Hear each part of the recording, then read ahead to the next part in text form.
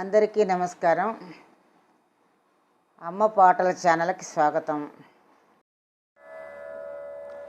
ఈరోజు సరస్వతి ప్రార్థన నేర్చుకుందాం. రచన దినవహి శ్రీనివాసరావు గారు.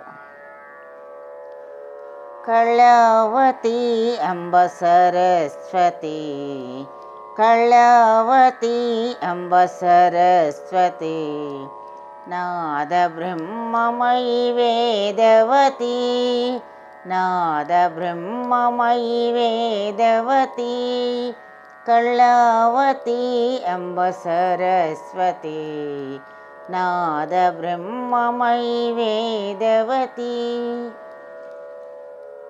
ఆనందరూపిణి విద్యావతి, ఆనందరూపిణి విద్యావతి, వేద బ్రహ్మమయి సాయి భగవతి, వేద బ్రహ్మమయి సాయి భగవతి, కళావతి అంబ సరస్వతి, నాద బ్రహ్మమయి వేదవతి,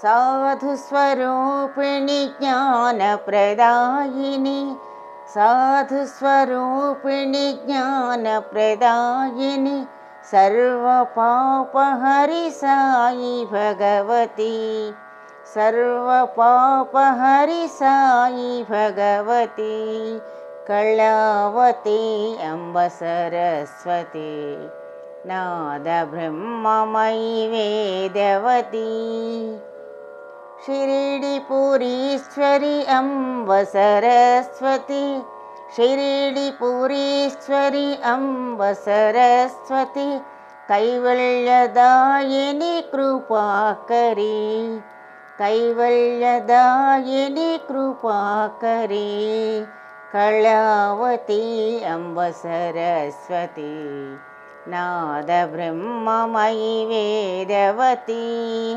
కళావతి అంబ సరస్వతి, నాద బ్రహ్మమయి వేదవతి, నాద బ్రహ్మమయి వేదవతి, నాద బ్రహ్మమయి వేదవతి.